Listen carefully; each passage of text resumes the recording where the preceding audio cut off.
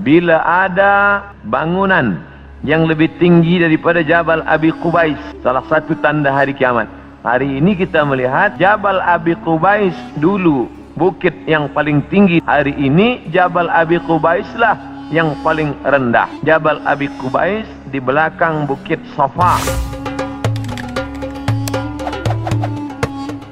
Bismillahirrahmanirrahim. Assalamualaikum warahmatullahi wabarakatuh. Alhamdulillahi Rabbil Alamin. Wassalatu wassalamu ala ashrafil anbiya'i wal mursalin Sayyidina wa maulana Muhammadin wa ala alihi wa ashabihi wa man da'a bida'watihi wa istanna bisunnatihi ila yaumi liqa'i rabbihi wa ba'du. Subhanaka la ilma lana illa ma'allamtana innaka antal alimul hakim. Rabbi shrah li sadri wa yassir li amri wa hlul uqdatan min lisani yafqahu qawli.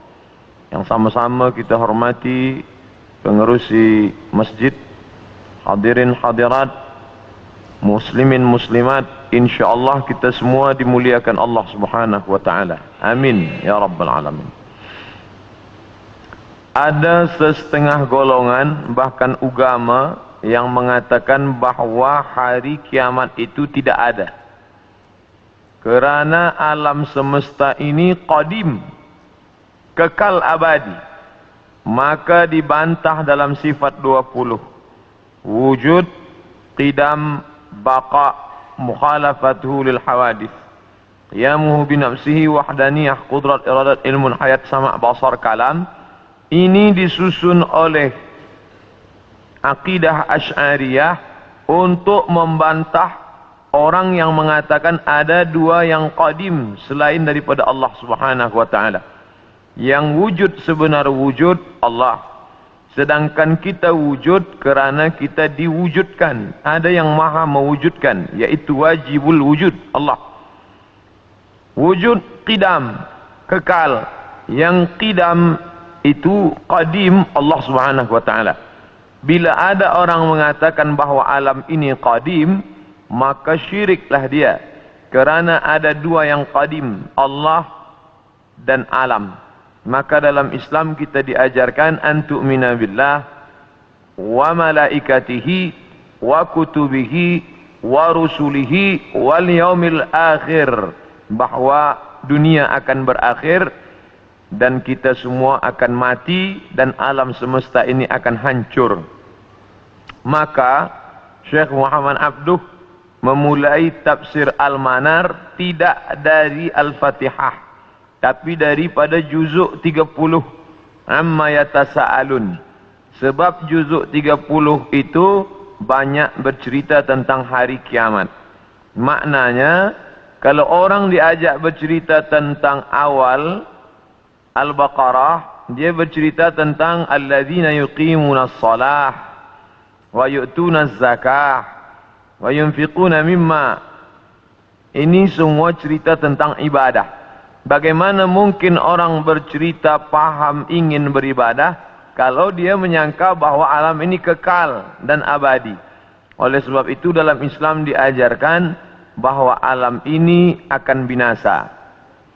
Definisi makna alam, ma siwallah, semua yang selain daripada Allah alam. Saya puan tuan alam semesta, ma siwallah, maka semua akan binasa. Yang kekal abadi hanya Allah Subhanahu wa taala. Bila ada orang mengatakan alam ini kekal, maka bagaimana dengan dosa? Sedangkan kita berpahaman bila saya mati, bila saya ada dosa, maka saya akan diadili di mahkamah Allah Subhanahu wa taala.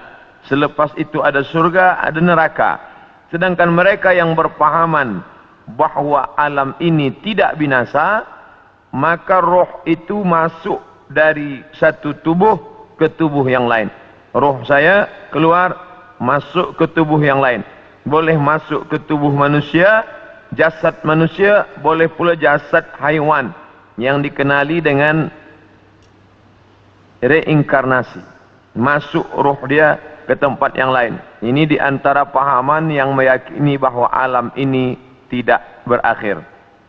Maka ada 3 agama yang disebut samawi, sama langit, walaupun sudah mengalami perubahan, tapi ada persamaan kita dengan mereka.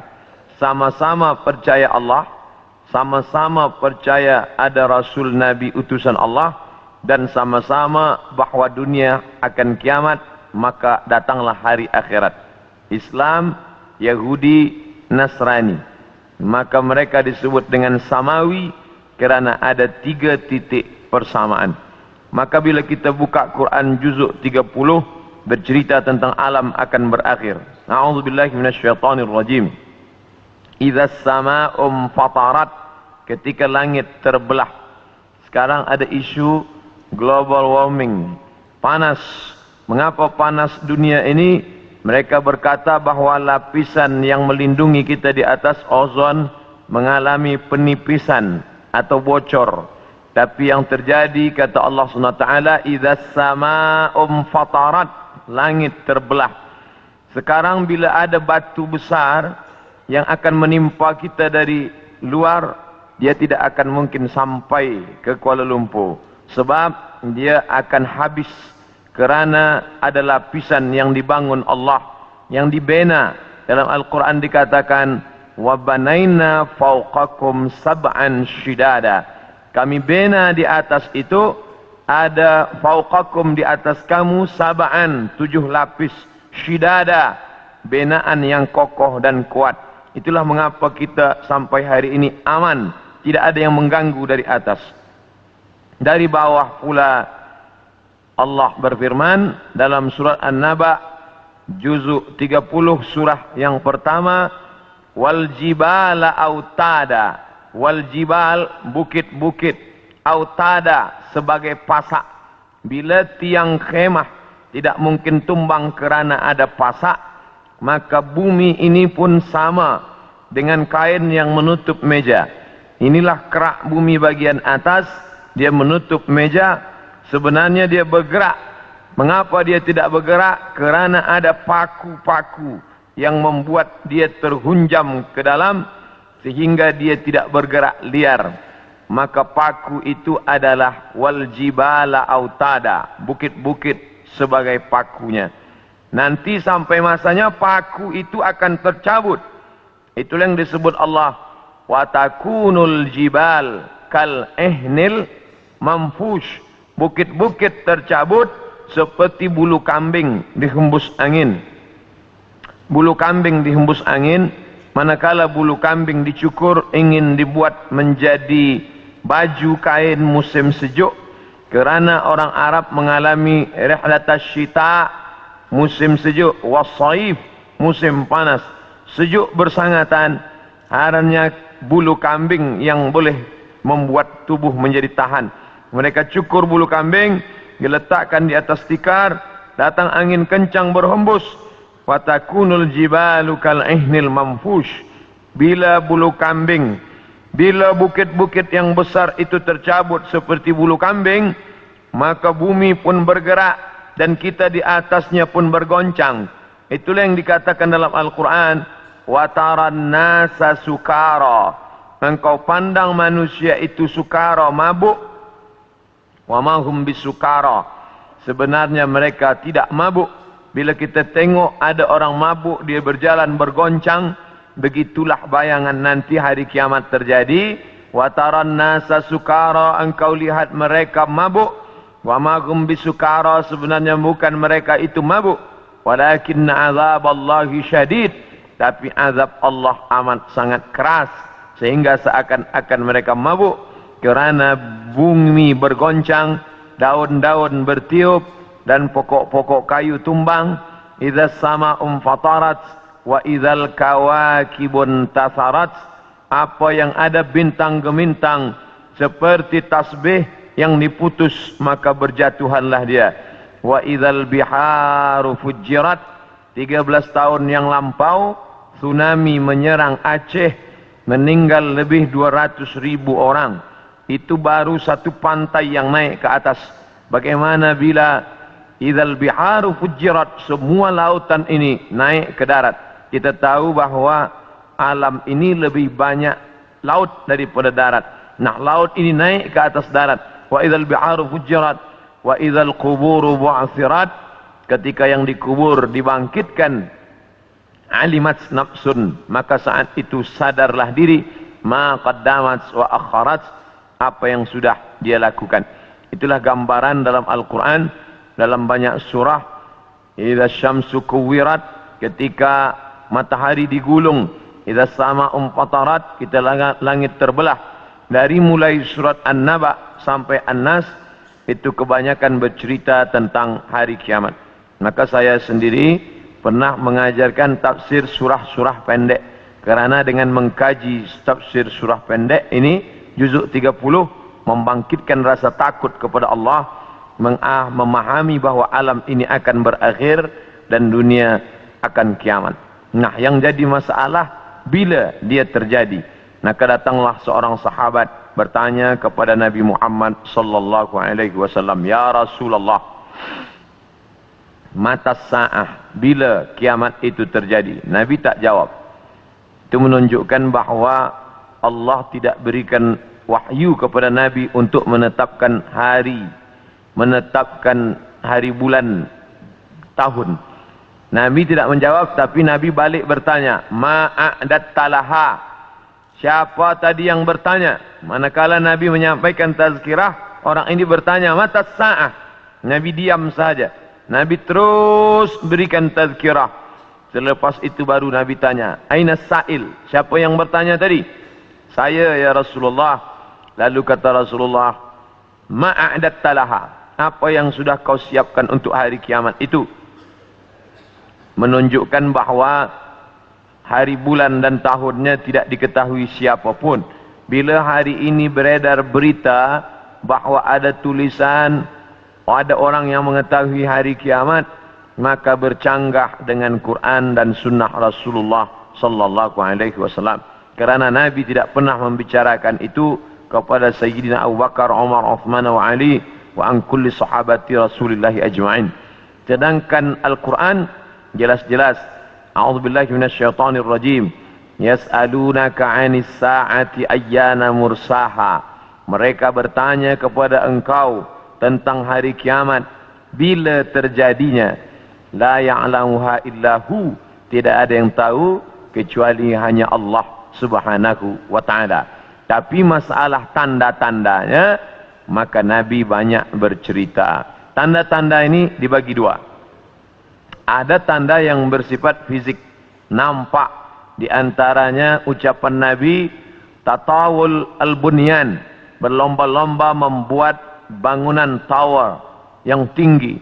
Itu sudah tampak hari ini.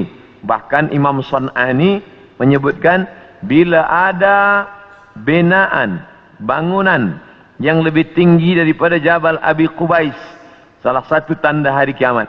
Hari ini kita melihat Jabal Abi Qubais dulu bukit yang paling tinggi di samping Ka'bah. Hari ini Jabal Abi Qubais lah yang paling rendah. Jabal Abi Qubais di belakang bukit Safa. Bila kita naik ke atas bukit Safa, ingin memulai sa'i menghadap ke arah kiblat, tepat di belakang kita Jabal Abi Qubais yang dipotong, dikerat, kemudian di atasnya dibina istana Raja Fahad. Dulu kerana Makkah itu seperti kuali, lalu kemudian di tengah itu Ka'bah, maka bukit-bukit di sekeliling yang paling tinggi adalah Jabal Abi Qubais. Hari ini Jabal Abi Qubais paling rendah, ditambah gedung-gedung tinggi dan Zamzam Tower paling tinggi. Maka ini salah satu tanda fisik yang nampak oleh mata. Lalu kemudian tentang bagaimana seorang ibu antalidal amatu rabbataha, seorang budak hamba sahaya melahirkan tuannya. Ini pun juga physically nampak dia oleh mata. Ada dua makna bahawa seorang hamba sahaya melahirkan tuannya. Yang pertama maknanya ketika umat Islam berkuasa, lalu kemudian dia menguasai suatu kawasan, maka perempuan-perempuan itu menjadi budak, dan budak-budak ini melahirkan anak-anak yang merdeka. Maka maknanya Islam punya kekuasaan yang luas. Akhirnya ibunya budak hamba sahaya, anaknya orang merdeka. Makna pertama. Sedangkan makna yang kedua adalah antalidal amatu rabbataha, maknanya seorang ibu melahirkan anak dan anaknya menderhaka sehingga seolah-olah ibu menjadi budak dan anak menjadi tuan. Ini pun fisik, nampak dengan nyata.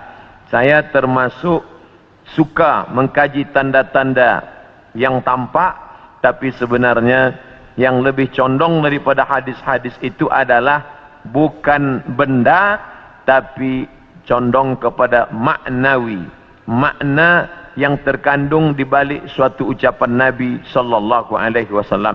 Maka pada kesempatan ini kita akan bahaskan satu daripada banyak hadis diriwayatkan oleh Abdurrahman ibnu Sakhar ad-Dausi atau biasa dikenali dengan nama Abu Hurairah radhiyallahu an. Hadis ini ada dalam kitab Sahih Al-Bukhari. Apa kata Nabi? La taqumus sa'ah. Hari kiamat tidak akan terjadi hatta hingga yuqbadal ilmu. Yang pertama, dalam hadis ini ada 6 tanda. Ini yang akan kita bahaskan. Yang pertama, yuqbadal ilmu. Ilmu dicabut. Innallaha la yaqbidul ilma intiza'an. Allah tidak mencabut ilmu seperti mencabut pokok kayu dengan akarnya sekali. Lalu bagaimana ilmu itu tercabut? Bi mautil ulama, dengan meninggalnya ulama. Ketika Imam Syafi'i meninggal, maka berapa cabang ilmu hilang. Imam Syafi'i alim dalam bahasa Arab, Imam Syafi'i alim dalam tafsir, Imam Syafi'i alim dalam fiqh, Imam Syafi'i alim dalam hadis, bahkan bergelar Nasirus Sunnah. Imam Syafi'i yang pertama kali menyusun usul fiqh, lalu kemudian ketika meninggal masih ada digantikan oleh murid-muridnya Al-Muzani, Al-Buwaiti, Rabi' Al-Muradi. Tapi kemudian makin ke bawah, maka hilanglah ilmu, maka yang muncul orang jahil yang kemudian dianggap sebagai orang berilmu. Wal'iyazubillah, na'udzubillah. Maka saya pribadi tak pernah berkata menurut paham saya, menurut pendapat saya, kerana saya takut tergolong dalam orang yang disebut Nabi al-juhala, orang jahil tapi seperti berilmu. Zahirnya orang menyangka berilmu padahal tidak. Maka selalu saya mengambil pendapat ulama.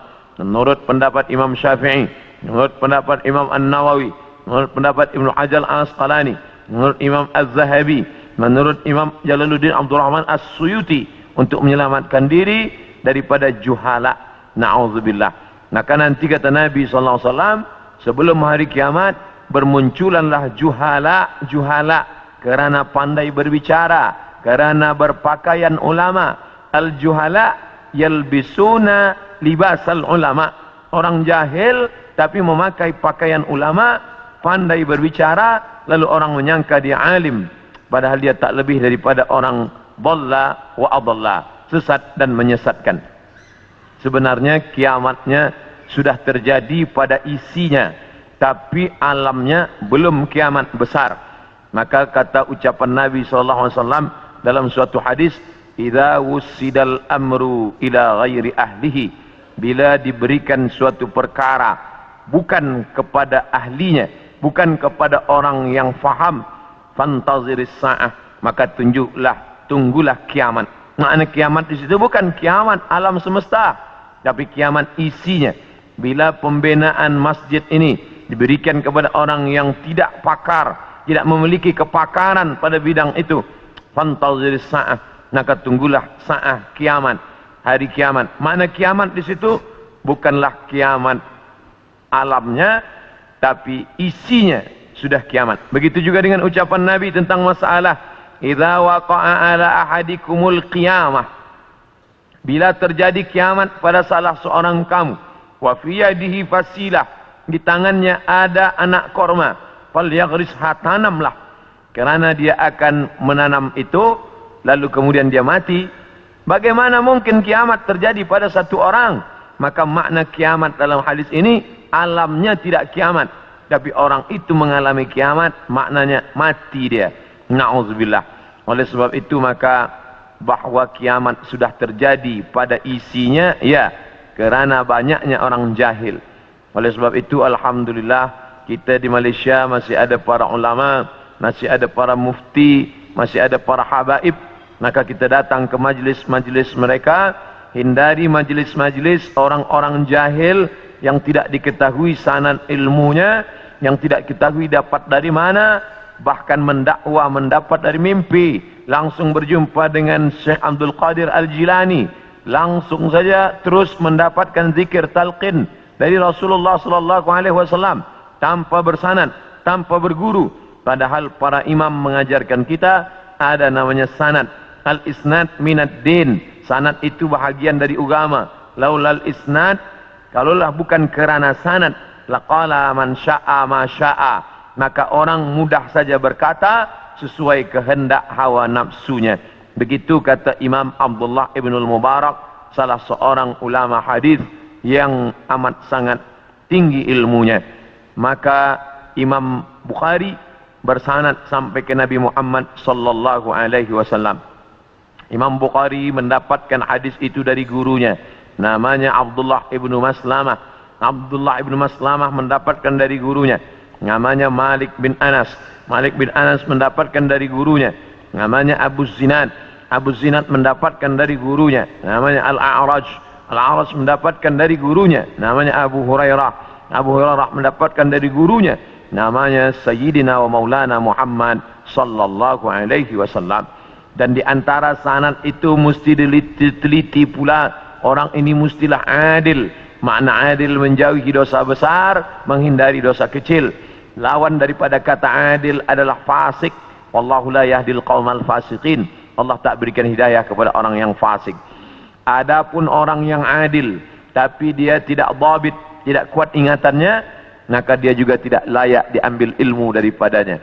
Oleh sebab itu apa kata Imam Malik bin Anas, guru Imam Syafi'i? Makamnya di Baqi di samping Masjid Nabawi, meninggal tahun 179 Hijrah. Aku berjumpa dengan 70 orang di dalam masjid ini, maksudnya Masjid Nabawi di Madinah. Andai aku minta satu di antara mereka berdoa, maka turun hujan, saking makbulnya doa mereka.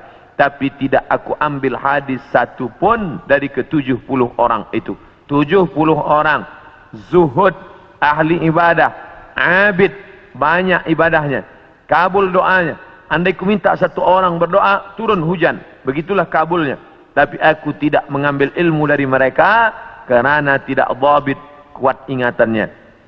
Begitulah ulama menapis supaya jangan sampai mengambil ilmu daripada orang jahil. Kerana di antara tanda kiamat adalah yuqbadal ilmu, bahwa ilmu dicabut Allah subhanahu wa ta'ala.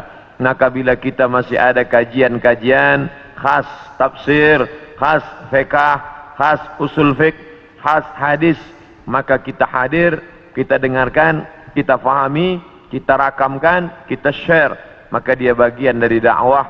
Tapi bila itu sudah tampak banyak menebar, sebenarnya telah satu daripada tanda hari kiamat. Yang kedua, wa taksuruz zalazil, banyak terjadi zalazil. Zilzal, gempa.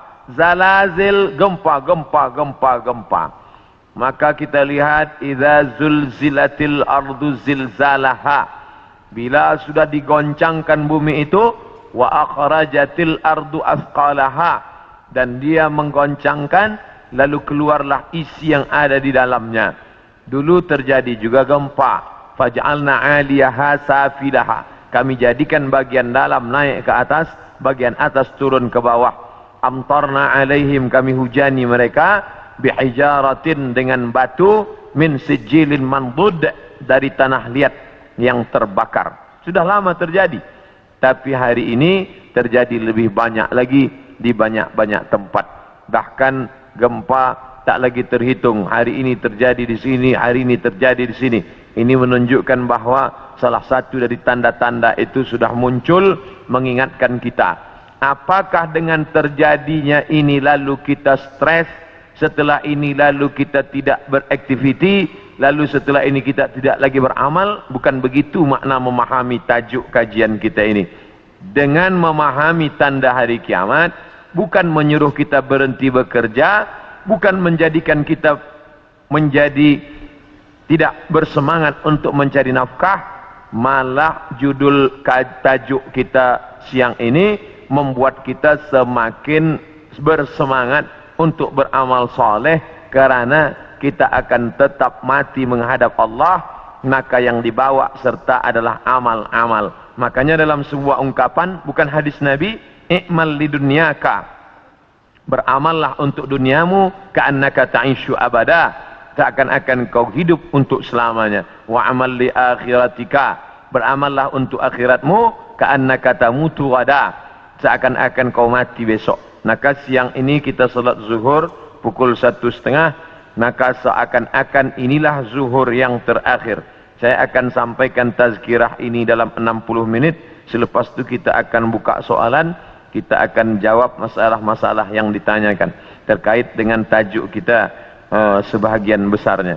Maka selepas mengkaji tajuk tanda-tanda hari kiamat, bukan membuat kita lalu berhenti beramal, tapi membuat kita makin bersemangat beramal, kerana ternyata alam akan berakhir, rumah yang besar akan hancur, kereta tak dibawa serta, yang dibawa hanyalah illal ladina amanu, iman, wa amilus salihat, dan amal-amal saleh. Lain daripada itu tinggal. Maka bagi sesiapa saja yang ikut tajuk kajian kita ini, selepas ini bertambah amalnya, bertambah khusyuknya, bertambah takutnya, itulah orang yang berhasil. Adapun selepas ini tak ada perubahan apa-apa, biasa sahaja, maka termasuk orang-orang yang mubazir. Innal mubazzirina kanu ikhwana syayatin. Orang yang mubazir adalah ikhwan, saudara-saudara syaitan. Mengapa begitu? Dia sudah mubazir waktu, dia sudah mubazir energi, dia tidak mendapatkan manfaat apa-apa. Padahal ayat-ayat yang kita baca, idza tuliyat alaihim ayatuhu, kalau dibacakan ayat-ayat Allah, zadathum imana, bertambahlah imannya. Dari dua tanda ini ada perbezaan. Tanda yang pertama tidak tampak, ilmu dicabut. Tidak nampak mana ilmu yang dicabut, mana ilmu yang kekal. Yang kedua, zalazil, gempa. Ini nampak, bisa dirasakan. Berapa skala Richter? Ini semua orang tahu. Bahkan bergoncang. Ada kaca yang pecah, ada dinding rumah yang retak. Itu terjadi belakangan ini lebih banyak lagi signal pertanda bahwa Allah Subhanahu wa taala akan mengakhiri dunia ini. Lalu kemudian berikutnya adalah wa yataqarabuz zaman. Zaman, masa, waktu, yataqarab, saling mendekati. Apa makna saling mendekati? Tidak lagi terasa. Baru saja hari Jumat, esok hari kita sudah solat Jumat. Baru saja Idul Adha, kita sudah membeli kambing dan sapi untuk Idul Adha berikutnya. Baru saja lepas Idul Fitri, sudah bersiap-siap lagi hendak memasuki bulan Ramadan. Itu kita rasakan sekarang. Apakah sebenarnya waktu itu berkurang? Waktu tidak berkurang. 24 jam, 12 jam siang, 12 jam malam. Dari dulu sampai begitu. Lalu mengapa terasa yataqarabuz zaman? Kerana ada alat-alat yang membuat kita merasa cepat.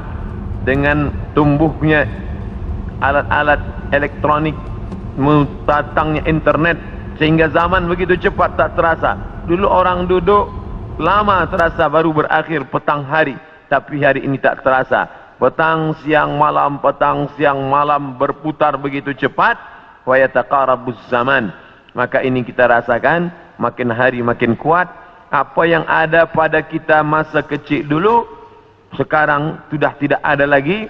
Permainan-permainan anak kecil seperti layang-layang, seperti gasing dan lain sebagainya. Orang sudah bermain digital semua, dan hilanglah permainan yang mengambil masa waktu ini. Lalu kemudian waktu semakin pendek, dan puncanya adalah orang sudah tidak lagi peduli kepada jiran tetangga, tak lagi memperdulikan masa, sehingga hilanglah apa yang diberikan Allah. Padahal Allah SWT berikan masa ini, dan kita semua akan ditanya tentang masa yang sudah kita pakai. La tazulu qadama 'abdin, kaki anak Adam tidak akan bergeser, pindah di satu tempat lain, hatta yus'al, sampai hingga ia ditanya. Pertanyaan banyak.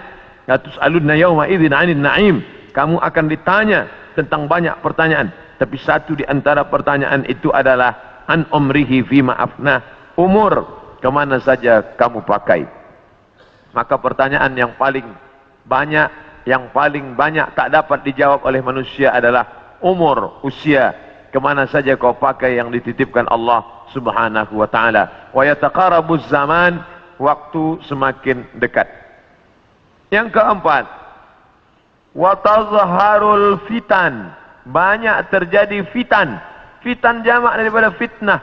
Fitnah terjadi. Berbagai macam fitnah terjadi.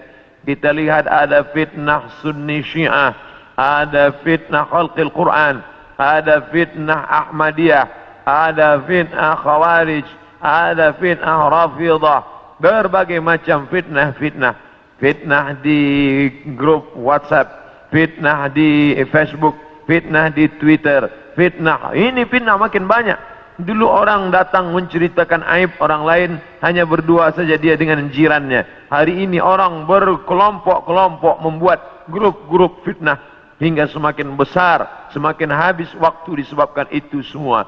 Dulu orang bila ingin memfitnah, maka dia datang ke suatu tempat, tapi hari ini dia tidak keluar dari rumahnya, tapi dia sudah mampu menyebarkan fitnah-fitnah. Makna fitnah ada dua. Yang pertama, tohmah, tuduhan tanpa bukti. Yang kedua, makna fitnah adalah membunuh.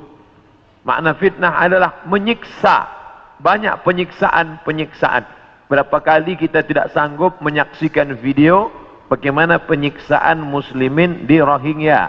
Bagaimana anak-anak gadis Rohingya dijual, lalu kemudian di India dijadikan sebagai orang-orang tidak baik.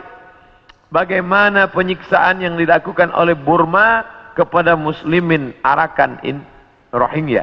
Bagaimana kemudian yang terjadi di Palestina hari ini, sampai hari ini tetap berlanjutan terus.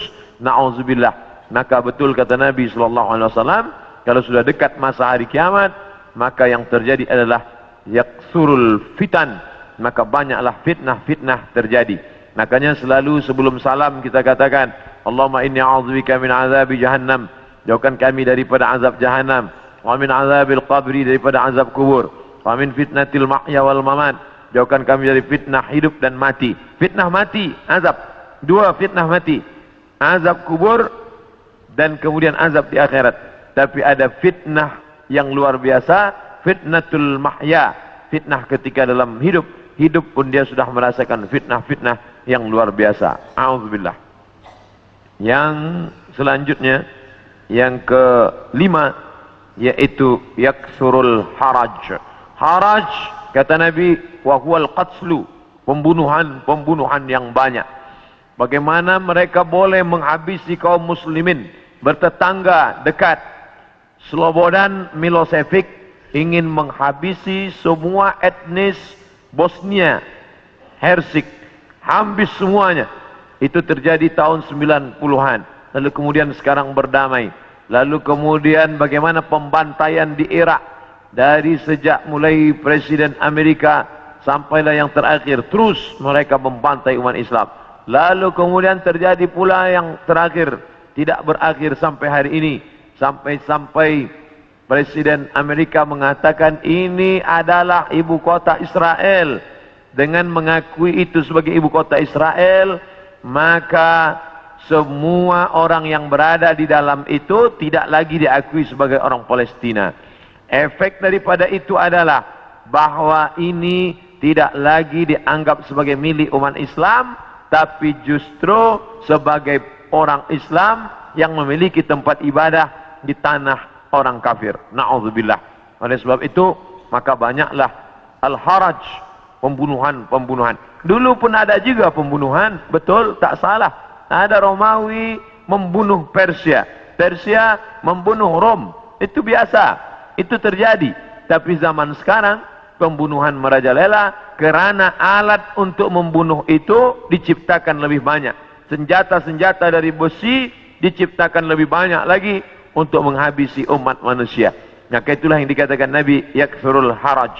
Apa salah kita? Mengapa kita dihidupkan Allah di zaman ini? Mengapa kita tak hidup di zaman Abu Bakar, Umar, Uthman wa Ali? Maka ada kabar gembira dari Nabi SAW. Al-ibadatu fil haraj. Orang yang tetap istiqamah beribadah fil haraj. Ketika banyak pembunuhan-pembunuhan ini, tetap imannya kuat, tetap dia istiqamah. Kahijratin ilayya. Seperti orang yang berhijrah kepada Nabi Muhammad sallallahu alaihi wasallam. Mudah-mudahan kita termasuk orang yang tetap istiqamah dalam keadaan banyak pembunuhan-pembunuhan, dan kita seperti orang yang berhijrah walaupun sudah 1439 tahun lampau, tapi kita tetap diakui sebagai umat Muhammad sallallahu alaihi wasallam dan seperti orang yang berhijrah. Makanya sekarang ada orang istilah, ini adalah hijrah saya, ini adalah momen hijrah saya. Sebenarnya tidak lagi ada hijrah. La hijrata ba'dal fath. Setelah pembebasan kota Makkah, tidak lagi ada hijrah. Yang dimaksud hijrah adalah pindah dari batil kepada hak, pindah dari syirik kepada tauhid, pindah dari jahil kepada ilm. Itulah makna daripada hijrah. Kemudian yang keenam, hatta yaksura fikumul mal fayafidu. Banyak orang yang melimpah ruah hartanya sampai yafidu, seperti air yang penuh tumpah. Banyak orang-orang kaya. Dulu orang hanya kaya tapi masih ada batasnya. Sekarang ada orang yang amat sangat kaya tanpa batas, tapi tidak tahu lagi dia mau dibuat kemana kekayaan ini. Dan itu terjadi hari ini. Dulu orang kaya kerana dia berniaga, bekerja. Ada orang kaya karena dia menjual emas. Ada orang kaya karena dia beternak sapi, kambing. Ada orang kaya karena dia membuat kolam ikan. Artinya dia bekerja, keluar peluh keringatnya baru dia kaya. Hari ini ada orang yang duduk-duduk saja, tapi kekayaannya amat sangat melimpah ruah. Maka apa yang dikatakan Nabi SAW terwujud hari ini, yang menunjukkan hari kiamat itu hampir saja terjadi. Bahkan ketika Isra Mi'raj pun, Nabi melihat ada seorang perempuan tua yang melambaikan tangannya memanggil. Lalu Nabi bertanya kepada Jibril alaihissalam, siapa itu Jibril? Jibril menjawab, itulah dunia yang sudah tua. Walaupun sudah tua, dia tetap berhias kerana dia tak ingin tua. Dunia dengan usianya yang tua, hampir kiamat, dia tetap berhias dengan perhiasan-perhiasan harta benda, dengan benaan-benaan yang besar.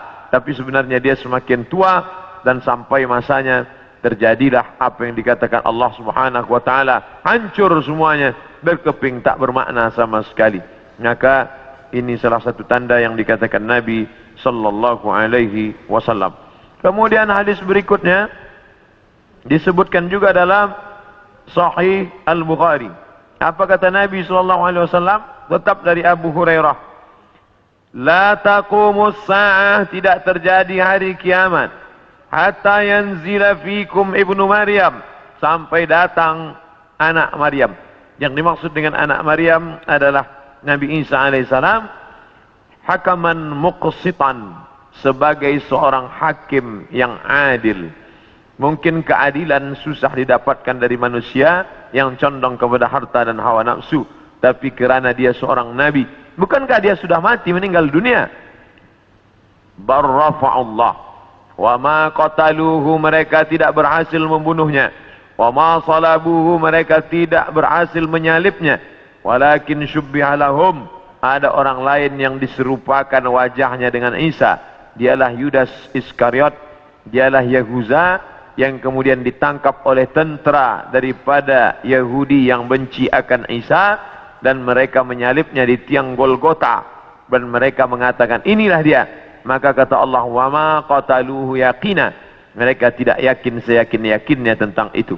Sampai akhirnya pada tahun 324 terjadilah konsili, pertemuan pertemuan seluruh pendeta-pendeta, dan mereka berhasil menyepakati di sebuah kota bernama Nisea. Sekarang letaknya di Turki. Yang dulu kota itu besar, dibina oleh seorang raja bernama Konstantinopel, yang kemudian kota itu dirubah oleh Muhammad Al-Fatih menjadi kota Islambul. Islambul, kota Islam, negeri Islam yang berubah menjadi Istanbul. Maka di sana ada satu tempat bernama Nisea. Di Nisea inilah mereka bersepakat bahwa Isa adalah anak Tuhan bagian, padahal itu tidak ada disebutkan dalam Injil, tidak ada dalam wahyu Allah Subhanahu wa taala. Yu'arrifunal kalima amma wadhihi, mereka merubah-rubah kalimat yang ada dalam kitab suci sesuai dengan kemauan kehendak hawa nafsu mereka. Maka mereka tidak berhasil membunuhnya. Barrafa'allah, Allah mengangkatnya dan dia belum meninggal dunia sampai masanya menjelang hari kiamat. Nabi Muhammad SAW bercerita bahwa Nabi Isa ini akan turun menjadi pemimpin yang adil. Apakah dia membawa syariat baru lalu menasakh syariat Muhammad SAW? Tidak. Dia menghidupkan lagi sunnah-sunnah Rasulullah SAW. Dia menjadi imam di masjid. Dia mengajak orang solat berjamaah. Dia tetap menegakkan syariat Muhammad. Dia tidak menasakh apapun kerana dia datang sesudah Nabi Muhammad. Maka dia sendiri pun ikut syariat Nabi Muhammad sallallahu alaihi wasallam. Dia tidak hanya sebagai seorang ulama, dia tidak hanya sebagai orang yang faham agama, tapi dia menjadi hakaman muqsitan, sebagai pemimpin yang adil, yang akan memimpin dunia. Bila ini terjadi, maka hari kiamat akan segera tiba. Ini termasuk tanda yang fizik, yang nampak, yang orangnya langsung. Tempat turunnya disebutkan di sebuah masjid bermenara warna putih di Damaskus, Syam. Maka di antara doa Nabi SAW, Allahumma barik lana fi Syamina, Allahumma barik lana fi Syamina. Ya Allah, berikanlah berkah di negeri Syam. Negeri Syam disebut negeri yang penuh dengan barakah. Subhanalladzi asra bi'amrihi lailan minal masjidil haram ilal masjidil aqsa alladzi barakna haulahu. Kami berkahi tempat itu linuriyahu min ayatina, karena kami ingin menunjukkan ayat-ayat kami kepada orang yang tidak percaya kepada ayat-ayat. Bahwa Nabi Isa datang tidak membawa syariat baru, tapi dia membatalkan syariat yang sudah dirubah oleh para pendeta. Di antaranya mereka mengatakan bahwa Nabi Isa meninggal dunia tergantung di pelang salib. Maka dibantah. Fayaksirus salib, dia menghancurkan salib. Salib bahasa Arab, salib bahasa kita, palang salib. Maka Nabi Isa datang menghancurkan salib. Ini menunjukkan bahwa akidah salib itu batil, tidak dibenarkan. Karena andai dia benar, pasti Nabi Isa melanjutkannya. Yang menghancurkannya Nabi Isa sendiri. Yang mengatakan itu patung dia, maka itu dibantah oleh Al-Quran. Wa ma qataluhu, mereka tidak membunuhnya. Wa ma salabuhu, mereka tidak menyalibnya. Walakin syubbiha lahum, ada orang lain yang diserupakan dengannya. Bila ada orang berkata, kamu jangan kaji-kaji agama kami, jangan bahas-bahas agama kami, urus sajalah agama kamu. Lakum dinukum waliyadin. Kami tidak mungkin membahas agama kamu kalau Allah tidak menyebutkannya dalam Al-Quran. Allah menyebutkan tentang yang kamu katakan sebagai Tuhan itu dalam beberapa surah. Al-Fatihah, Al-Baqarah, Ali Imran. Ali keluarga, Imran. Imran punya anak bernama Maryam. Maryam punya anak laki-laki bernama Isa. Dan Imran punya istri bernama Hannah. Hannah punya saudari perempuan, melahirkan anak laki-laki bernama Yahya. Dan Yahya punya ayah bernama Zakaria. Maka inilah keluarga yang kecil. Ada Imran, ada Hannah, ada adik Hannah, adik yang melahirkan Yahya, nama suaminya Zakaria. Dan Hannah melahirkan anak perempuan bersama Maryam. Dan Maryam punya anak laki-laki bernama Isa alaihissalam. Ini keluarga orang baik-baik. Ini keluarga orang yang saleh. Dan mereka itu tidak pernah mengaku dirinya Tuhan. Mal Masih ibnu Maryam illa rasul. Al-Masih tak lain tak bukan hanyalah seorang rasul. Qad khalas min qablihi rusul. Yang sebelumnya sudah ada rasul-rasul. Adam, Idris, Nuh, Salih, Ilyasa, Zakaria, Musa, Yahya, Zulkifli, Daud, Sulaiman, Ayyub. Semuanya meninggal dunia. Maka Nabi Isa alaihissalam pun juga akan meninggal. Hanya saja dia meninggal tidak seperti Nabi yang lain. Hidupnya habis, berakhir. Nabi Isa akan datang sekali lagi dan dia akan menghancurkan salib-salib. Berikutnya, wa yaqtulul khinzir, dia akan membunuh babi. Apa makna membunuh babi? Kerana mereka menghalalkan babi, seakan-akan babi itu halal, padahal Nabi Isa tidak makan babi. Lalu siapa yang merubah ajaran Isa sehingga mereka menghalalkan babi? Maka yang merubah adalah Paulus. Kata Paulus, sejak Isa disalib menebus dosa manusia, maka semua binatang menjadi halal. Begitu juga dengan khitan. Nabi Ibrahim berkhitan, turun kepada Nabi Musa berkhitan, turun kepada Nabi Isa berkhitan. Tapi dispesongkan, diselewengkan oleh Paulus. Paulus yang bernama Saul tidak pernah belajar kepada Isa, tapi lalu kemudian mengaku diangkat sebagai rasul oleh Isa, maka disebut namanya dengan Rasul Paulus. Maka ini dibantah oleh Al-Quran sama sekali. Maka Ibrahimu Yahudian, Ibrahim bukan Yahudi, wala Nasranian, Ibrahim bukan Nasrani, walakin syubbiha lahum, walakin kana hanifan musliman, dia seorang muslim, hanifan, condong kepada kebenaran, musliman, muslim, wa ma kana minal musyrikin, dia tidak mempersekutukan Allah Subhanahu wa taala. Sedangkan Yahudi dan Nasrani mempersekutukan Allah. Yahudi mempersekutukan Allah dengan Uzair. Wa qalatil yahudu Uzairun ibnullah, orang Yahudi berkata Uzair anak Allah. Sedangkan Nasrani mempersekutukan Allah dengan Yesus, dengan Isa. Wa qala an-nasara al-masih ibnullah, Nasrani berkata Al-Masih anak Allah. Maka Al-Quran membantah. Bila ada orang mengatakan jangan kaji-kaji tentang agama orang lain, kita tidak mengkaji agama orang lain. Kita sedang mengkaji Al-Quran, kitab suci kita yang bercerita tentang penyelewengan ajaran Nabi Isa alaihissalam. Ini mesti diluruskan, karena yang kita kaji adalah Al-Quran dan sunnah Nabi Muhammad sallallahu alaihi wasallam. Wa yada'ul jizyah, Nabi membatalkan jizyah, upeti, pajak yang sebelumnya diterapkan oleh Raja Romawi dan Persia. Mereka hidup dengan cawan-cawan emas, pakaian sutra, tempat tidur yang tebal, dengan banyak-banyak pasangan, dengan istana yang megah. Padahal dari cukai, dari pajak yang dikutip dari setiap masyarakat. Maka datanglah Nabi Isa alaihissalam membantah itu semua perbuatan yang batil, bahwa itu perbuatan zalim, menganiaya orang susah. Maka dia menghapuskan itu. Wa yada'ul jizyah wa yafidul mala hatta la yaqbaluhu ahadun, dan kemudian dia membagikan harta sampai tidak ada satupun yang mau menerimanya. Apa makna dia membagi harta tak ada orang mau menerima? Kerana orang sudah merasa cukup, tidak lagi merasa perlu banyak. Kerana masalah harta ini tidak ada batasnya.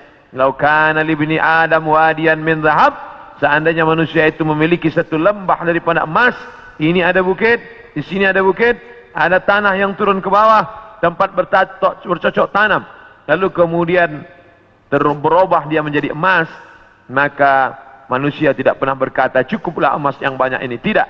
Tapi dia akan berkata mana lagi, mana lagi. Dia terus meminta, walan tamla fahu illa turab, sampai mulutnya diisi tanah, masuk ke liang lahat, barulah dia merasa cukup, barulah dia katakan enough, baru dia katakan cukup, tidak lagi lebih daripada ini. Maka oleh sebab itu ketika Nabi Isa alaihissalam membagikan harta, ini harta, dia katakan tidak, kami tidak mau menerimanya, karena kami tidak ingin mati membawa harta, tapi kami ingin mati membawa amal yang saleh. Kita lanjutkan. Yang terakhir, hadis masih dari Abu Hurairah radhiyallahu anhu, kitabnya Sahih Bukhari. La taqumus sa'ah, tidak akan terjadi hari kiamat, hatta tuqatilul yahud, sampai kalian memerangi orang Yahudi, hatta yaqulul hajar, sampai batu berkata, batu besar tempat orang bersembunyi dari serangan musuh, batu itu berkata, apa kata batu itu? Hadza Yahudi ya Muslim, hadza Yahudi ya Muslim, hai tentara Muslim, hadza Yahudi warai, ini di belakangku ini ada seorang Yahudi, faqtulhu, bunuhlah dia. Faqtulhu, bunuhlah dia. Ada satu yang tidak membela umat Islam, dan itu adalah syajaratul gharqad, pohon gharqad. Pohon yang batangnya tunggal ke atas, tidak terlalu banyak cabang, dan dia daunnya panjang-panjang. Masih ada sekarang, mereka tanam banyak-banyak. Ini membuktikan sabda Nabi SAW benar, tidak salah sedikit pun. 1439 tahun yang lalu Nabi katakan, hari ini terbukti mereka menanam tanaman gharqad sebanyak-banyaknya. Tahun 1999 saya sampai di satu kota. Kota ini dibagi dua karena perjanjian Camp David. Sebelah diambil oleh Mesir, sebelah dijajah oleh Israel. Tampaklah tentara-tentara berjaga di perbatasan. Maka Rafah, nama kota tersebut Rafah. Maka kita bisa melihat menghijau. Sementara yang di Mesir ini menguning gurun pasir, sedangkan yang di sana menghijau. Kenapa hijau? Mereka tanam pohon gharqad. Nabi sudah mengatakan itu 14 abad yang lalu, bahwa mereka akan bersembunyi di balik pohon gharqad. Subhanallah, Masya Allah, Tabarakallah. Mereka bersembunyi di belakang batu-batu, berkata, ya Muslim, hai tentara Muslim, ada Yahudi di belakangmu, ini di belakangku ada Yahudi, faqtulu, bunuhlah dia. Oleh sebab itu maka ini hadis mukjizat Nabi SAW luar biasa. Andai orang Yahudi itu musnah, seperti musnahnya kaum Ad, kaum Thamud, kaum Madian, kaum Iram, kaum Fir'aun, musnah. Tapi Yahudi tidak musnah, dia tetap kekal sampai hari ini. Sampai terwujudnya janji Nabi Muhammad bahwa tidak akan terjadi hari kiamat sampai kamu memerangi Yahudi. Yahudi di dunia ini jumlahnya hanya 12 juta, hanya 16 juta saja. 6 juta di Palestina, menjajah Palestina, yang 5 juta di Amerika, sisanya yang 10 bertebaran di atas muka dunia. Ada Yahudi Rusia, ada Yahudi Arab Maghribi, Maroko, ada beberapa Yahudi di Maghribi, karena ketika itu raja daripada Spain mengusir seluruh pendatang dan larilah mereka ke negeri Islam. Ini menunjukkan Yahudi antara tiga. Dia tidak dapat diterima oleh Nasrani, tapi dia bisa diterima oleh Islam. Islam menerima mereka, marhaba, ahlan wa sahlan, sampai mereka punya negeri, bercucu, bersahabat, berkawan dengan kaum muslimin yang ada di Maghribi, kerana mereka diusir dari Andalusia. Padahal mereka dekat dengan Andalusia, dekat dengan Kristian, dekat dengan Nasrani, tapi mereka justru lebih nyaman, lebih dekat berkawan dengan orang Islam, karena Muslim itu wa ma arsalnaka illa rahmatan lil alamin. Apapun yang terjadi, kita tetap siap siaga. Mau kiamat terjadi hari ini, besok, pagi, petang, kita tetap beriman dan beramal soleh. Maka saya tidak menjelaskan secara panjang lebar tentang masalah satu persatu, tapi kita kaji berdasarkan beberapa hadis-hadis Nabi Muhammad sallallahu alaihi wasallam. Yas'alunaka 'anis sa'ah, mereka bertanya kepadamu tentang hari kiamat. Qul la yujalliha illa liwaqtiha, la yujalliha liwaqtiha illa hu, tidak ada yang dapat mengetahui waktunya kecuali Allah Subhanahu wa taala. Adapun ada orang mengatakan tak sampai 1500, hanya sekitar seberapa tahun lagi, itu ijtihad dia. Tolong kita bedakan antara hadis dengan ijtihad orang terhadap hadis. Ini hadis, ini ijtihad hadis. Jangan katakan ijtihad ini adalah hadis, karena hadis ini dari Nabi, sedangkan ijtihad adalah dari ulama yang membaca hadis-hadis Nabi Muhammad sallallahu alaihi wasallam. Itulah tajuk kita pada siang ini. Kita ada lebih kurang 30 menit untuk menjawab pertanyaan-pertanyaan atau persiapan berwudu menjelang salat fardu zuhur insyaallah.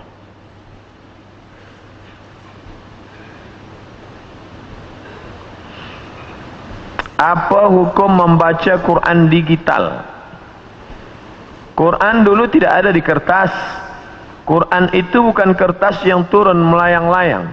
Quran adalah suara. Suara yang didengar oleh Nabi Muhammad. La tuharrik bihi lisanaka lita'ajala bih. jangan engkau gerakkan mulutmu ya Muhammad. Nabi tidak menulis, Nabi buta huruf.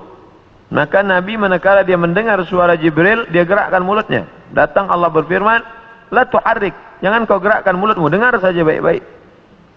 Inna alaina jam'ahu wa qur'ana, kami akan mengumpulkannya. Jadi ketika ada orang melihat membaca Quran di kertas, sama dengan membaca Quran digital. Karena dua-dua itu tidak ada zaman Nabi SAW. Baru ada Quran dalam 30 juzuk dari surat Al-Fatihah sampai surat An-Nas, itu pada masa Khalifah Abu Bakr As-Siddiq ketika dia mengutus para tentara untuk membunuh nabi palsu bernama Musailamah Al-Kadzab, nama kampungnya di Yamamah. Lalu meninggallah 70 penghafal Quran. Khawatir Quran ini akan musnah, maka dibukukan menjadi satu. Bagi yang membaca Quran melalui buku tulisan, baik. Bagi yang membaca dari handphone juga tetap baik. Adakah perlu mengambil wudhu untuk memegang Quran digital? Tulisan Al-Quran nampak jelas dia. Jelas, ini tulisannya dipegang. Sedangkan tulisan yang ada di dalam sama seperti tulisan yang dimasukkan ke dalam kaca. Kita melihatnya dari balik kaca. Apakah orang yang memegang Quran dari balik kaca dia mesti berwudu? Maka memegang Quran dalam bentuk tulisan yang zahir, la yamassuhu illal mutahharun, tidaklah menyentuhnya kecuali orang yang mutahharun, orang yang bersuci, berwudu, maka afdal berwudu. Adapun orang yang membaca Quran maka tidak disyariatkan berwudu karena tidak zahir, tidak nampak, dia bisa hilang. Dia bisa hilang. Oleh karena tetapi membaca Qurannya, bezakan antara memegang mushaf Al-Quran, mushaf namanya, sedangkan ini tidak mushaf. Bezakan antara memegang mushaf dengan membaca Quran. Adapun memegang mushaf maka berwudu. Adapun membaca Quran maka tidak berwudu pun boleh. Tapi afdal berwudu supaya turun rahmat Allah Subhanahu wa taala. Adakah berdosa melangkah handphone yang ada Quran digital? Gelap, mati, sedang tidak ada. Lalu dia langkah, maka tidak apa-apa. Atau dia membawa masuk ke dalam toilet, maka tidak apa-apa. Tapi manakala dia sedang ada, nyata, tampak, ada tulisannya, maka dia tak boleh langkah. Dia boleh dia letak di lantai, tak boleh dia hinakan, tak boleh dia caci maki, tak boleh dia bawa masuk ke dalam. Maka kalau dia sedang ada tulisan, bisa boleh dibaca. Alif Lam Mim, dzalikal kitabul la raiba fih. Dia bawa masuk ke dalam, haram karena tampak. Tapi manakala dia sedang off, gelap, tak ada, maka boleh dia bawa masuk ke dalam. Sama seperti kita membawa otak kita ke dalam toilet. Memang di dalam ini tidak ada Quran 30 juzuk, tapi juzuk 30 insyaAllah ada dalam. Tidak mungkin kita masuk ke dalam, kepala kita tinggalkan, otak kita tinggalkan. Yang tidak boleh itu kita keluarkan isinya masa di dalam. Masa kita di dalam kita keluarkan isinya. Bismillahirrahmanirrahim. Itu baru tak boleh. Begitu juga dengan rakaman-rakaman MP3 yang ada di dalam. Dia sedang off, boleh. Tapi manakala dia sedang berbunyi, bersuara, bergambar, maka tidak boleh.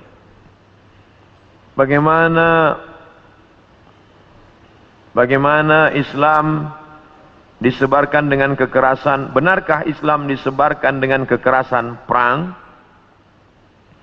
Seandainya Islam itu disebarkan dengan perang, maka tidak akan ada Amitabh Bachchan, Sanjay Dutt di India.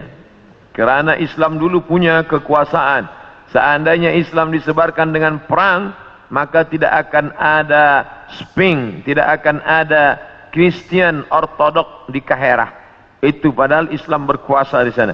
Itu menunjukkan Islam datang menebarkan kerahmatan, kasih sayang. Tidak ada satupun yang terusik, tidak ada telinga yang dipotong, tidak ada mulut yang digunting. Ketika sahabat mengatakan hadza yaumul malhamah, ini hari balas dendam, mari kita balas mereka. Nabi berkata hadza yaumul marhamah, ini hari berkasih sayang. Disitulah turun ayat idza jaa nasrullahi wal fath wa ra'aitan nasa yadkhuluna fi dinillahi afwaja fasabbih bihamdi rabbika wastaghfir innahu kana tawwaba. Berapa tahun Nabi berkuasa? Berapa tahun sahabat berkuasa di Palestina? Mengapa gereja masih tetap berdiri? Mengapa tidak ada mereka yang dibunuh? Itu menunjukkan fitnah bahwa Islam disebarkan dengan kekerasan dan perang. Bagaimana hukum orang Islam mengambil upah membuat tempat ibadah orang kafir? Bersyubhat. Maka tidak boleh. Ini terkait dengan masalah ibadah. Nabi pindah dari kota Makkah menuju Madinah. Penunjuk jalannya itu Ibnu Uraiqid, non muslim. Boleh, tak masalah. Nabi tidak ada gandum. Nabi gadaikan baju besinya, dia pinjam gandum sebanyak 30 sa'. 30 sa', satu sa' 3 kilogram. 3 darab 3, 90. Boleh. Kerana tidak ada kait mengait dengan ibadah. Tapi kalau sudah terkait dengan ibadah, wala ana abidun ma'abadtum wala antum abiduna ma'abud lakum dinukum waliyadin. Begitu juga tukang emas yang dia buatkan salib sebagai buah rantai, maka dia sudah masuk dalam ibadah. Jangan sampai ibadah. Tidak ada barakah rezeki dan na'udzubillah mengalir dosanya. Apa hukum bekerja di bank konvensional? Bukan bank Islam, bukan Islamic bank. Riba. La'anallahu akilar riba. Allah melaknat yang makan riba. Wa mukilahu, orang yang diberi makan riba. Wa katibahu, pegawai kaki tangan yang menulis mencatatnya. Wa syahidaihi, 2 orang yang menjadi saksinya. Kulluhum sawa, mereka itu hukumnya sama semua. Bolehkah guna hadis Rasul untuk promosi perubatan Islam? Boleh. Al-Bazinja, boleh dia baca habbatus sauda sifaun munkil lidah. Lagi yang jual habbas sauda, lalu dia tulis besar-besar habbatus sauda sifaun minkul lidah. Habbas sauda obat dari segala macam penyakit. Boleh. Hijamah, bekam, bagaimana pengobatan cara Nabi SAW. Bahkan ada satu kitab khusus, Tib Nabawi, pengobatan cara Nabi. Boleh. Tapi tak boleh dia tulis Al-Bazinjan Shifaun min kulida, terong obat dari segala macam penyakit. Hadis palsu. Siapa yang membuat? Tukang jual terong. Ya halak. Bolehkah ambil upah daripada perkhidmatan ini? Boleh. Mana dalilnya? Ketika sahabat Nabi datang berjumpa dengan Nabi, ya Rasulullah, ya kami baru saja musafir. Terus dalam masa musafir itu ada kepala suku yang dia sakit. Dia panggil kami untuk bacakan doa. Lalu saya bacakan Fatihah. Saya bacakan Fatihah, dia sembuh dari penyakitnya. Dia bagi kami 30 ekor kambing. Mereka bawa 30 ekor kambing itu ke Madinah. Mereka ceritakan ke Nabi dan Nabi membenarkan. Itu dalil boleh mengambil upah daripada perubatan. Karena Nabi membolehkan upah daripada ruqyah. Akhir zaman ada 73 firqah. Hanya satu yang benar. Apakah yang benar itu? Nabi menjawab. Bukan jawaban dari saya. Apakah firqah yang benar itu? Ma ana alaihi wa ashabi. Jalan yang ditempuh oleh aku dan sahabat-sahabatku. Apa itu? Ahlus sunnah wal jamaah. Jalan yang ditempuh oleh aku, Nabi. Wa ashabi dan sahabat-sahabatku. Kita alhamdulillah masih menempuh jalan yang ditempuh oleh Nabi dan sahabat-sahabat Nabi. Ini jalan Nabi, ini jalan sahabat Nabi, ini jalan kita. Kita masih ahlus sunnah wal jamaah. Kita masih solat zuhur, berarti kita masih ahlus sunnah. Ada orang tak solat zuhur, ada. Dia pejam mata, dia kata solat batin saja cukup. Bukan ahlus sunnah wal jamaah. Kita masih memutuskan perkara dengan bermusyawarat. Wa amruhum syura bainahum. Ada orang yang tak penting musyawarat, bukan ahlus sunnah wal jamaah. Maka selama kita masih berpegang kepada ahlus sunnah, maka kita selamat dan kita insyaAllah termasuk dalam golongan yang selamat itu. Amin. Benarkah orang Syiah tidak bersyahadat jika bernikah dengan mereka cara sunni? Adakah sah perkahwinan itu? Syekh Ali Jum'ah, Mufti Mesir, mengatakan kita tak boleh bersama dengan mereka disebabkan oleh 5 perkara.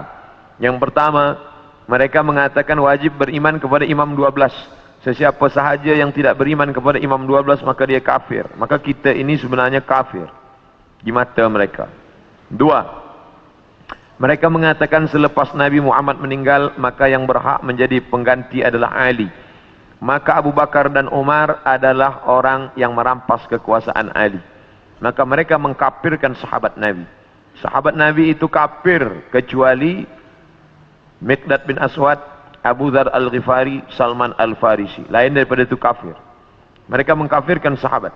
Sedangkan kita setiap kali disebut nama sahabat, Abu Bakar ini Siddiq radhiyallahu an, Umar ibn Khattab radhiyallahu an, Utsman ibn Affan radhiyallahu an.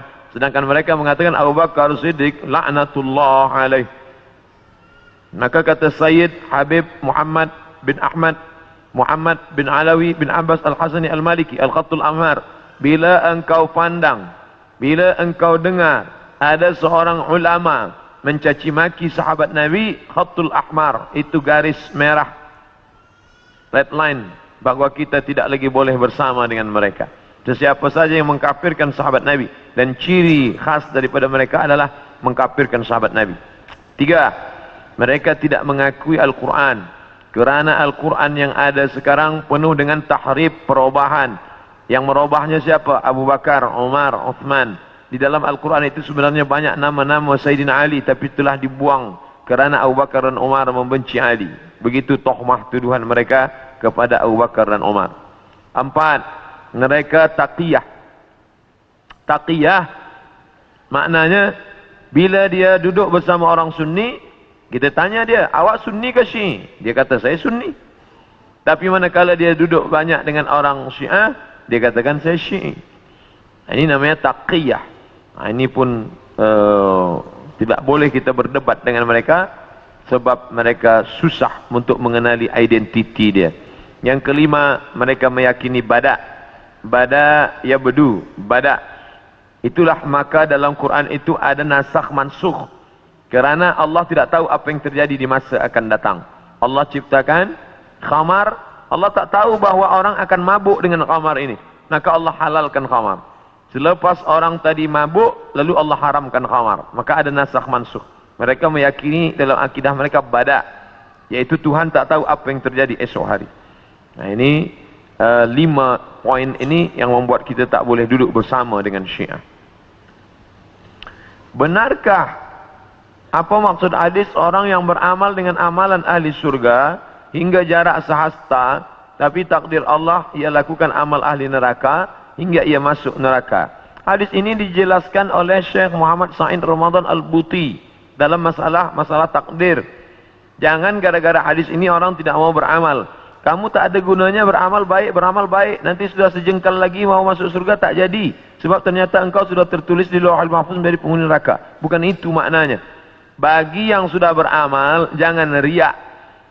Kerana yang akan dinilai di akhir nanti adalah husnul khatimah, yaitu istiqamah.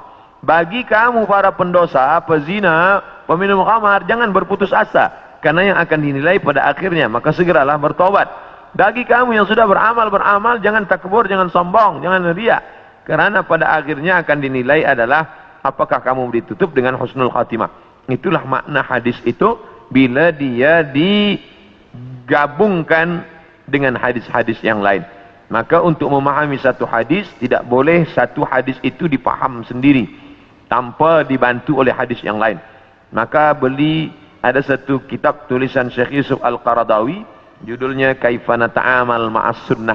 Bagaimana kita memahami sunnah, tidak boleh mengambil satu hukum dari satu hadis. Bagaimana hukumnya kita selalu memaki hamun ulama, guru-guru kerana perbezaan politik? Maka bila kita tidak bersetuju, kita tabayyun. In ja'akum fasiqun binaba'in. Bila ada orang membawa berita fasik, fatabayyanu, maka kita tanya. Adapun mencaci maki, hamun, sumpah serapah, ingatlah bahawa darah ulama itu masmum. Darah daging ulama itu beracun. Bila darah daging beracun dimakan oleh singa serigala, dia akan mati. Maka jangan sampai kita menderhaka, mencaci maki ulama. Andai saya berbeza pendapat dengan Tuan Fulan kerana satu masalah, saya tetap hormati dia. Jangan kerana satu hari hujan hilang kemarau setahun. Boleh jadi dia berbeza dengan kita dalam satu masalah, tapi dalam 99 masalah dia sama dengan kita. Saya seorang akhwat, alhamdulillah baru mengenal hijrah. Apa hukumnya menonton video Aku Kamu Satu yang berisi motivasi ajakan untuk hijrah dan mengingat kematian. Kerana dengan video itu kebanyakan teman-teman saya sadar. Ud'u ila sabili rabbik, ajaklah orang ke jalan Tuhan bil hikmah. Boleh jadi melalui ceramah. Ada orang dapat hidayah melalui ceramah. Ada orang dapat hidayah melalui puisi. Ada orang mendapat hidayah melalui filem religi. Ada orang mendapat hidayah melalui lagu nyanyian. Banyak-banyak cara. Maka bagi pemuda-pemuda yang memiliki bakat, ada aktiviti dia yang dia punya keahlian, kepakaran, maka yang boleh membuat video-video pendek, bagaimana orang boleh tergugah hatinya kerana ada orang yang tak gemarkan ceramah, tapi dia boleh suka pada video yang boleh membuat dia ingat kepada mati, ingat kepada orang susah. Banyak sekali kita lihat di internet, YouTube yang boleh menggugah perasaan manusia sehingga dia kembali kepada taubat nasuha. Ketika muncul Dajjal masih ada peluang untuk dia bertaubat. Bagaimana nak selamatkan golongan-golongan yang sudah terpengaruh untuk kembali ke pangkal jalan? Ad'u ila sabili rabbik, ajak orang ke jalan Tuhan. Man ra'a minkum munkaran, sesiapa yang melihat kemungkaran, falyughayyirhu biyadihi, rubah dengan tangan. Ajak dia, tarik dia. Fa illam yastati' fa bilisani, kalau tidak sanggup bilisan, dengan lidah. Fa illam yastati' fa biqalbi, kalau tak sanggup maka dengan hati. Wa dzalika adhaful iman. Maka kita boleh selamatkan dan kita sendiri pula perkuatkan. Tajuk kita nanti malam adalah tentang masalah kedatangan Dajjal. Mana lebih baik, sama ada kita memaafkan orang yang buat salah dengan kita atau kita tuntut pahala mereka di akhirat nanti? Lebih baik maaf, mengikut Nabi Muhammad sallallahu alaihi wasallam. Kerana maaf diambil dari kata afa ya'fu. Hilang sampai tak berbekas sama sekali. Sebagaimana Nabi memaafkan kafir Quraisy. Ketika Nabi sallallahu alaihi wasallam memaafkan kafir Quraisy, pada saat itu tidak ada idhabu, kata Nabi, pergilah kamu antum tulaqa. Pergilah kamu, hai penduduk Makkah, kamu bebas sebebas-bebasnya, pergilah. Wa antum tulaqa. Oleh sebab itu maka kita maafkan. Ada balasan pahala yang tidak dapat dihitung. Apa dia? Maaf. Innama yuwaffas sabiruna ajrahum bighairi hisab. Tanpa dapat boleh dihitung kerana banyaknya. Maka kita maafkan.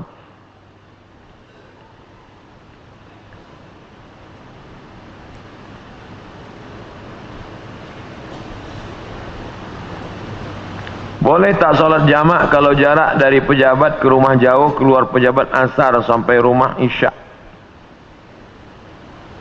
Boleh tak solat jamak? Solat jamak qasar hanya pada safar 89 km. Begitu dalam Al-Fiqhul Islami wa Adillatuh. Adapun jamak saja tanpa qasar, hadis riwayat Abdullah bin Abbas pernah dilakukan Nabi sekali saja. Ini tak boleh dijadikan dalil berterusan dia jamak qasar. Kerana pernah sekali saja. Jamak tanpa qasar. Zuhur 4 rakaat, asar 4 rakaat, jamak taqdim atau jamak takhir. Tapi masalah jarak dari pejabat ke rumah jauh, keluar pejabat asar sampai rumah isyak, maka dia boleh berhenti tempat rehat, dia boleh berhenti di tepi jalan, dia boleh solat. Andai jam, maka Ustaz Lutfi Basari mengatakan andai jam dia salat li hurmatil waqti, dia ingat Allah pada waktu itu, nanti sesampai di tempat tujuan dia qada. Jam azan maghrib masih jauh, tak mungkin berhenti, maka dia ingat Allah SWT, betul-betul ingat pada saat itu li hurmatil waqti, untuk menghormati waktu. Nanti sampai di tempat dia mesti qada. Kalau suami tak punya pendapatan tetap, kadangkala semasa nak bayar zakat fitrah, suami tak punya wang. Bolehkah isteri beri duit kepada suami untuk bayarkan zakat fitrah untuk semua ahli keluarga? Orang yang tak punya harta, maka tak wajib bayar zakat fitrah. Maka dia termasuk fakir miskin. Maka orang bagi zakat pada dia, sebab dia fakir miskin. Tapi manakala dia ada yang dibayarkan, ada beras yang untuk dibayarkan, maka dia bayarkan zakat fitrah. Adakah perdebatan terbuka antara ilmuwan agama di media sosial wajar dilakukan sehingga keliru orang awam? Tidak.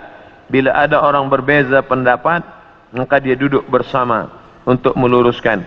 Atau saya sampai sekarang tidak berdebat. Saya tak ada sebut si anu, si fulan, tidak. Saya hanya menyebutkan dalil. Tentuan yang mengatakan bahawa membaca Yasin tidak boleh, ini dalilnya. Tentuan mengatakan bahawa Sayyidina tak ada, ini dalilnya. Tentuan yang mengatakan tak ada kenduri arwah, ini dalilnya. Saya tidak pernah memburuk-burukkan orang, mencaci maki, hamun, sumpah serapah. Manhajuna manhajul bayan. Manhaj kita manhaj bayan, menjelaskan bahawa ada orang cut video saya, lalu cut dia dengan lain, lalu dia sambung-sambung seolah-olah ada perdebatan, maka ini kejahatan cybercrime. Bagaimana seorang yang membuat pinjaman riba dalam keadaan jahil, kemudian mengetahuinya haram, apakah yang perlu dilakukannya? Dia mesti bayar, sebab dia sudah ada dalam perjanjian. Andai dia tidak mau bayar, dalam hukum negara dia boleh dituntut di mahkamah. Adakah salah tidak dapat menyayangi anak seperti anak sendiri? Tidak dapat menyayangi anak angkat seperti anak sendiri? Beri dia makan, beri dia pakaian, beri dia tempat tinggal, beri dia pendidikan, beri dia perhatian. Adapun masalah hati, maka bukan urusan kita.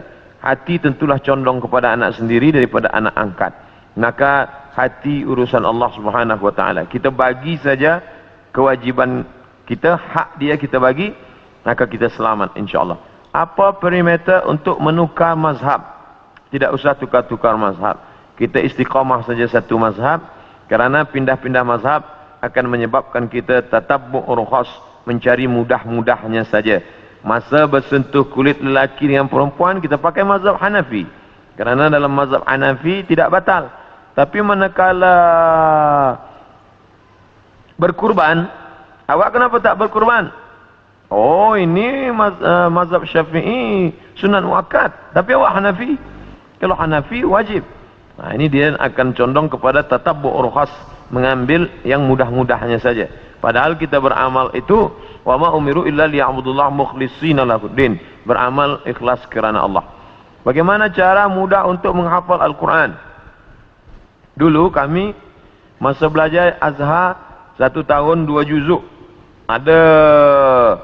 Ada subjek 14, Fakulti Usuluddin, tambah Quran 2 juzuk. Dibaca 1 muka surat 1 hari. Dihafaz subuh. Lepas itu dibaca dalam solat qabliyah zuhur, ba'diyah zuhur, solat zuhur, qabliyah asar, solat asar, qabliyah maghrib, ba'diyah maghrib, qabliyah isya, ba'diyah isya. Diulang-ulang. Maka dia membaca dalam sembahyang dengan di luar sembahyang, itu beza. Lepas itu kita tulis di kertas. Apa yang sudah kita hafal kita tulis balik. Sebab banyak orang yang hafaz kerana cepat, tapi manakala lambat dia hilang. Maka menulis juga membantu hafazan kita terhadap Al-Quran. Saya student di UM. Apa hukum membina ma'had tahfiz dari orang Kristian? Semua pembangunan duit gaji guru dari orang tersebut. Padahal orang Islam masih banyak, tapi dia tidak mahu membantu. Boleh menerima hadiah dari orang Kristian bila tidak ada niat lain. Mana dalilnya? Nabi menerima asal banha, hadiah dari Muqawqis, Jirjis, Raja Mesir, agama dia Kristian Ortodok Koptik. Nabi menerima hadiah bighal, kendaraan dari Jirjis. Nabi menerima kain putih dari Jirjis. Itu dalil boleh menerima. Tapi hari ini orang memberi tentu ada niat di balik itu. Tidak ada ketulusan. Tidak ada. Pasti ada urusan lain. Pasti ada. Satu masa dia akan bangkit balik. Oleh sebab itu berhati-hati menerima hadiah. Bagaimana tafsiran dari ayat al-fitnatu asyaddu minal qatl? Siksa lebih keras daripada pembunuhan. Itu maknanya. Al-fitnah di sini bukan tohmah, bukan tuduhan tanpa bukti, tapi makna fitnah di sini adalah siksa. Siksaan, tuduhan, caci maki, hamun, sumpah serapah lebih menyakitkan daripada pembunuhan. Sebab kalau orang dibunuh sekali mati, tapi manakala dia dibakar, disiksa, dirajam, dicambuk, maka lebih menyakitkan daripada pembunuhan. Tidak benar orang berdalil mengatakan al-fitnatu asyaddu minal qatl. tuduhan engkau kepada aku lebih menyakitkan daripada kematian. Apakah ada wali kutub itu? Konsep tentang wali kutub ini dari Ibnu Arabi. Kata dia ada imaman, ada satu wali induk, wali kutub. Lalu di bawah itu ada imaman, 2 imam. Lalu di bawah itu ada lagi 4 wali. Lalu selepas itu ada najabah, ada nuqabah. Ada 40, ada 300. Satu wali, 2 imaman, ada wali 4, ada wali 40, ada wali 300. Wallahu a'lam bishawab. Jika semasa haid, bolehkah belajar mengaji Iqra? Boleh, kerana Iqra bukan Al-Quran. 4 mazhab sepakat, mazhab Hanafi, mazhab Maliki, mazhab Syafi'i, mazhab Hambali, bahawa perempuan haid tidak boleh membaca Al-Quran. Tapi ada pengecualian. Mazhab Maliki boleh membaca Quran bila perempuan itu mengulangi hafazan. Dia hafaz Quran, satu hari dia ulang 2 juzuk, tapi dia baca dalam hati, dia diam saja, dia baca dalam hati, boleh.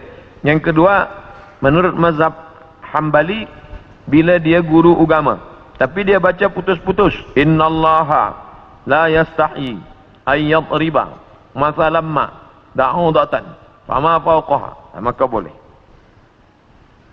Suami rajin dengan ceramah tapi tidak salat, mungkin dia baru nak belajar sembahyang. Man taraka salata muta'ammidan, sesiapa sahaja yang meninggalkan salat secara sengaja, faqad kafara jihara, maka kafirlah dia secara nyata. Inna awwala ma yuhasabu bihi al-'abdu yawm al-qiyamah, yang pertama kali yang akan dihisab nanti pada hari kiamat, salatuhu, sembahyang. Oleh sebab itu maka carilah suami-suami, calon-calon suami, bakal suami yang sembahyang. Kerana bila sudah menikah, susah nak ajak dia sembahyang. Cara atau doa melembutkan hati anak-anak yang mendengar kata. Salat hajat 2 rakaat, lepas itu minta kepada Allah. Kerana doa seorang ibu tidak tertolak, mintakan khas pada sujud. Tapi jangan diucapkan di mulut, kerana tidak boleh melafalkan bahasa selain Arab manakala dalam sembahyang. Aqrabu ma yakunul 'abdu min rabbih wa huwa sajid. Seorang dekat dengan Allah manakala dia sujud. Aktsiru fihi doa, perbanyaklah doa manakala kita sujud. Mintalah kepada Allah Subhanahu wa taala apa-apa yang dimintakan. Salah satunya adalah supaya anak ini lembut hatinya dan mau dia mendengar cakap kita, supaya anak ini menjadi para penghafal Al-Quran, selamat dia daripada riba, selamat dia daripada zina, selamat dia daripada segala perbuatan yang keji dan mungkar. Apa hukum suami tak percaya sama isteri simpan wang?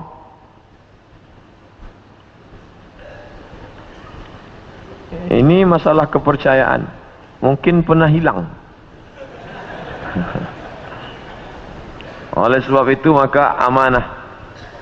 Ayatul munafiqi salatun, tanda orang munafik ada 3. Idza haddatsa kadzaba, bila bicara dia dusta. Wa idza wa'ada akhlafa, bila berjanji dia engkar. Wa idza tumina khana, apabila diberi amanah dia berkhianat. Mungkin pernah berkhianat atau dia wallahu alam. Tapi ada baiknya duduklah bersama, bercerita atau konseling, atau ada satu ustaz sebagai penengah duduk. Mengapa awak tak percaya? Apa sebab? Maka bila tidak dibiarkan, dia akan menjadi api dalam sekam. Dia boleh meletup, dia boleh membakar. Na'udzubillah. Oleh sebab itu, ini yang kecil-kecil harus diselesaikan. Kalau tidak akan menjadi fitnah yang besar. Mudah-mudahan kita melalui kaji pada siang ini selamat daripada huru-hara hari kiamat, dan kita semua diberikan husnul khatimah. Ala hadhihi niyyah al-Fatihah. A'udzu billahi minasyaitonir rajim. Bismillahirrahmanirrahim. Alhamdulillahirabbil alamin. Ar-Rahmanir Rahim. Maliki yaumiddin. Iyyaka na'budu wa iyyaka nasta'in. Ihdinas siratal mustaqim, siratal ladzina an'amta 'alaihim ghairil maghdubi 'alaihim waladdallin. Amin.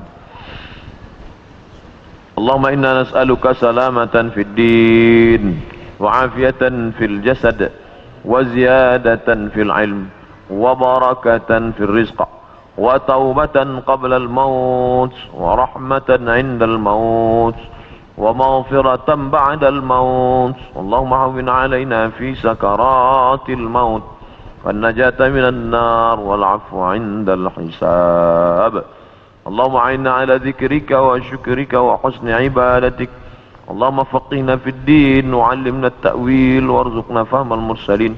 اللهم أعنا على ذكرك وشكرك وحسن عبادتك. اللهم علمنا ما ينفعنا وانفعنا بما علمتنا إنك أنت العليم الحكيم. ربنا آتنا في الدنيا حسنة وفي الآخرة حسنة وقنا عذاب النار. وصلى الله على سيدنا ومولانا محمد وعلى آله وصحبه وسلم والحمد لله رب العالمين. تقبل الله منكم منا ومنكم تقبل ya karim. Terima kasih segala perhatian, mohon maaf segala silap salah. Wassalamualaikum warahmatullahi wabarakatuh.